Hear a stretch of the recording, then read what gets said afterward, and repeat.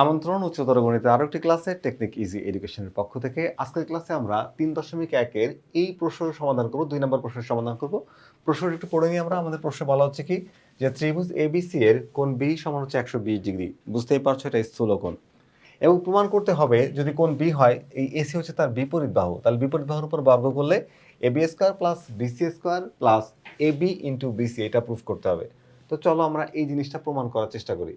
তো এইটার জন্য আমাকে প্রথমে একটা ত্রিভুজ আঁকতে হবে, যে ত্রিভুজটার একটা কোণ হবে ১২০ ডিগ্রি। তো ধরো যে এই একটা ত্রিভুজ আমি অঙ্কন করলাম, এই ত্রিভুজটার একটা কোণ হচ্ছে ১২০ ডিগ্রি।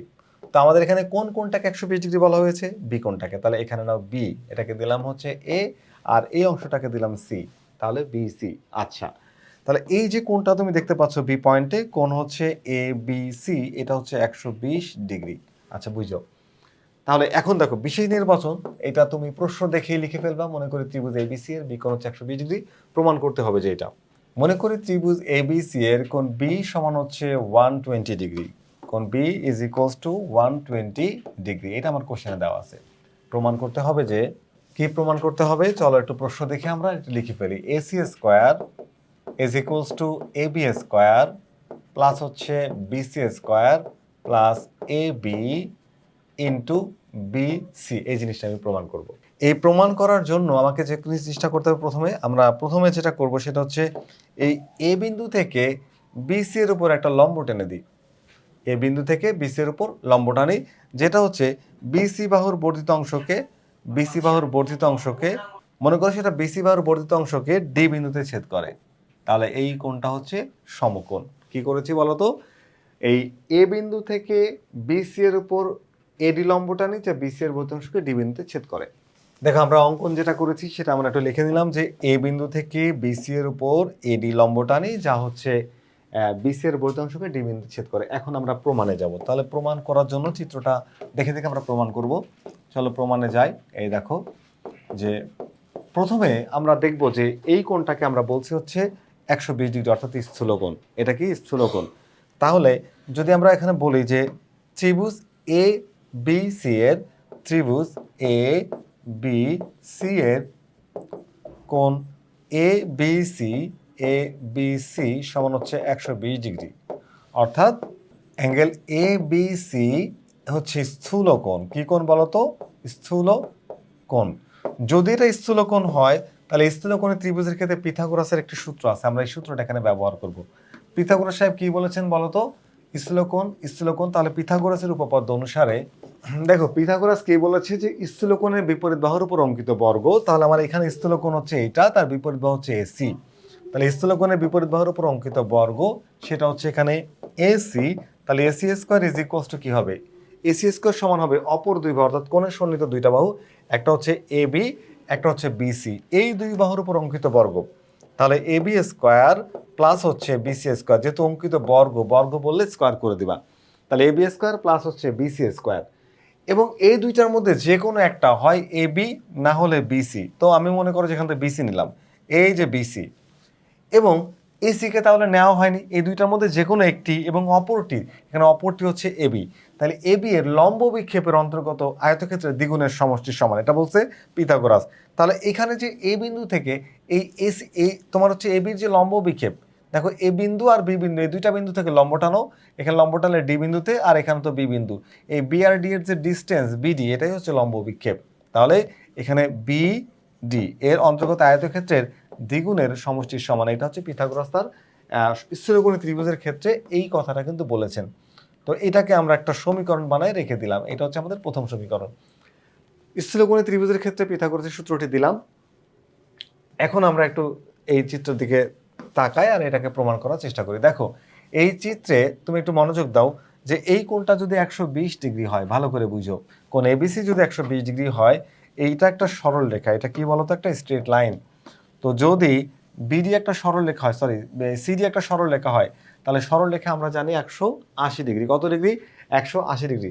তার এক পাশে যদি থাকে ১২০ ডিগ্রি, তাহলে অন্য পাশে থাকবে হচ্ছে ৬০ ডিগ্রি, ৬০ ডিগ্রি, টোটাল হবে ১৮০ ডিগ্রি। তাহলে এখন একটু আসলে তো আমরা এই কোণ দুইটার নাম লিখি।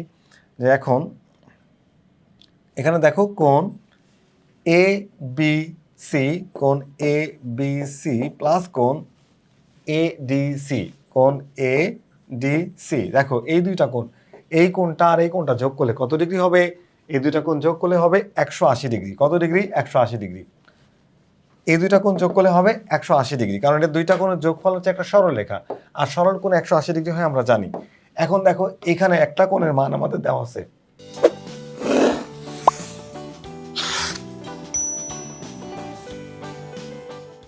তাহলে এই যে দুইটা কোণের মধ্যে একটা কোণের মান আমাদের দেওয়া আছে। কোন কোণের মানটা দেওয়া আছে বলো তো? এই যে কোণটা এবিসি, তাহলে এবিসি এর মান কত? তোমার হচ্ছে 120 ডিগ্রি। তাহলে এখানে লেখা হচ্ছে 120 ডিগ্রি প্লাস হচ্ছে কোণ এ ডি এবিসি, আর হচ্ছে তোমার এখানে কোণ হচ্ছে এবিসি আর হচ্ছে এবিসি আর হচ্ছে এবিডি, এ বি ডি, এই দুইটা মিলে সরলরেখা হয়। তাহলে এ বি ডি সমান হচ্ছে 180 ডিগ্রি। এবার এই 120 ডিগ্রিকে ওই পাশে পাঠিয়ে দাও, এটা হচ্ছে কোণ এ বি ডি। 120 ডিগ্রি যদি ওই পাশে পাঠিয়ে দিই তাহলে বিয়োগ হয়ে যাবে। তাহলে কোণ এ বি ডি সমান হচ্ছে 180 ডিগ্রি মাইনাস হচ্ছে 120 ডিগ্রি, 120 ডিগ্রি। এখন দেখো 180 থেকে 120 যদি বিয়োগ করে দিই আমরা, তাহলে কোণ এ বি ডি এর ভ্যালু পাচ্ছে হচ্ছে 60 ডিগ্রি। তাহলে আমরা বুঝতে পারলাম যে এই কোণটা হচ্ছে 60 ডিগ্রি। এখন একটু প্রমাণের দিকে আসো। আমরা এখানে আমাদের এবির মানটা লাগবে, এবির মানটা লাগবে, বিসি এর মানটা লাগবে।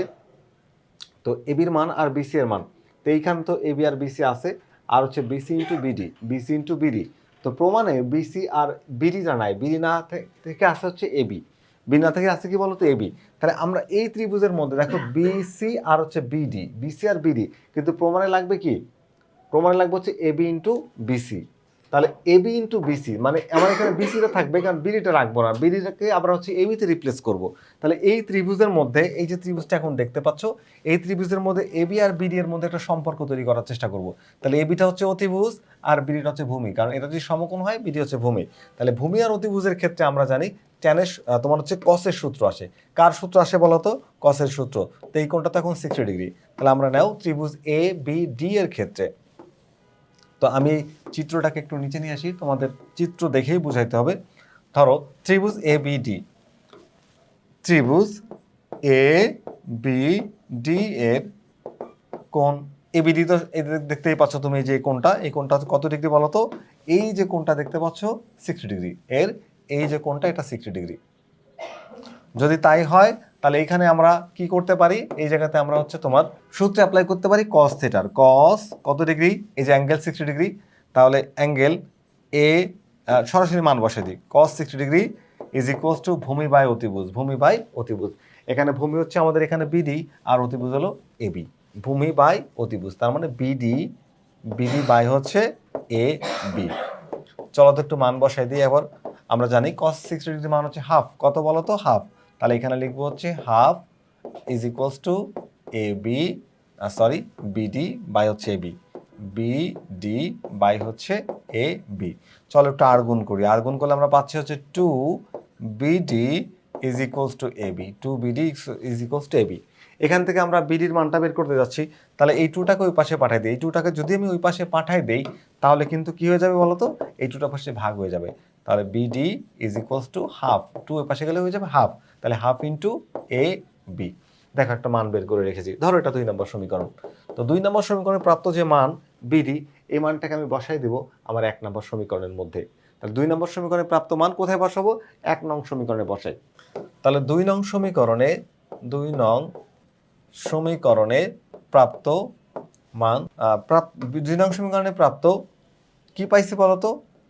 2 নং সমীকরণে প্রাপ্ত বিডি এর মান, বিডি এর মান কোথায় বসাবো?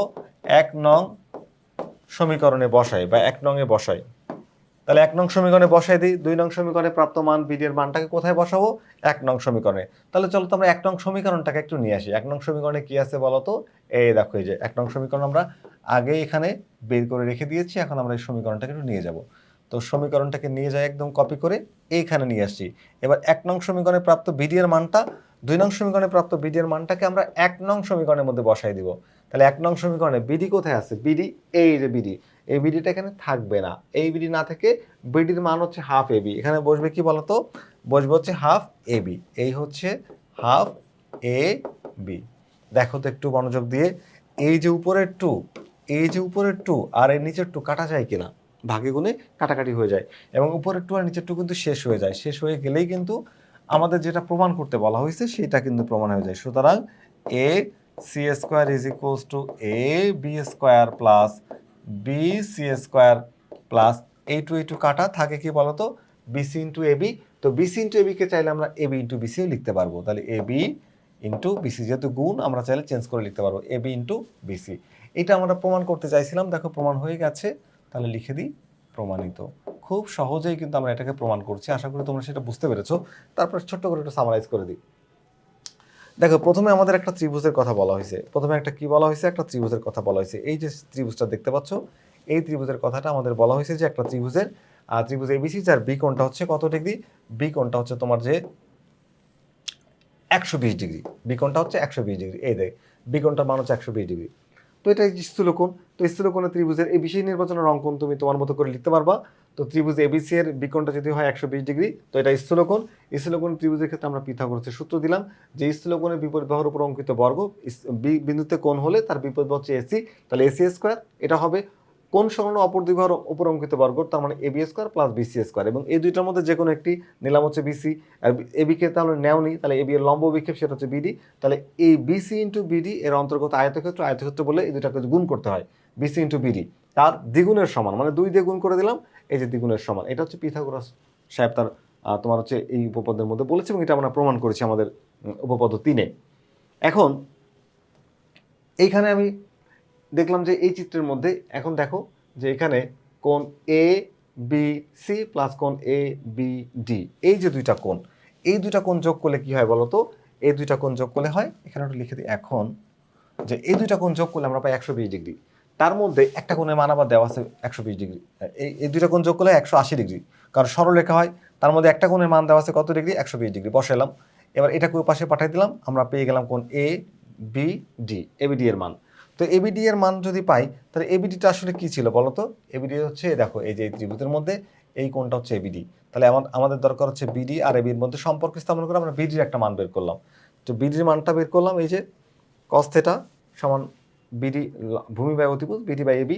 এখান থেকে আমরা বিডির মান বের করছি কত বলো তো, বিডি সমান হচ্ছে হাফ এবি। এবার 1 নম্বর সমীকরণে সেই বিডির মানটাকে বসাই দিলাম, বিডির পরিবর্তে হাফ এবি, 2 আর 2 কাটা গেল, থাকলো যেটা, ওটাই আমাদের কোশ্চেনের সলিউশন হলো। আশা করি আজকের এই প্রশ্নটি তোমরা বুঝতে পেরেছো। ফিরে আসবো আবারও নতুন কোনো গাণিতিক সমস্যা নিয়ে, ততক্ষণ পর্যন্ত ভালো থেকো, আল্লাহ হাফেজ।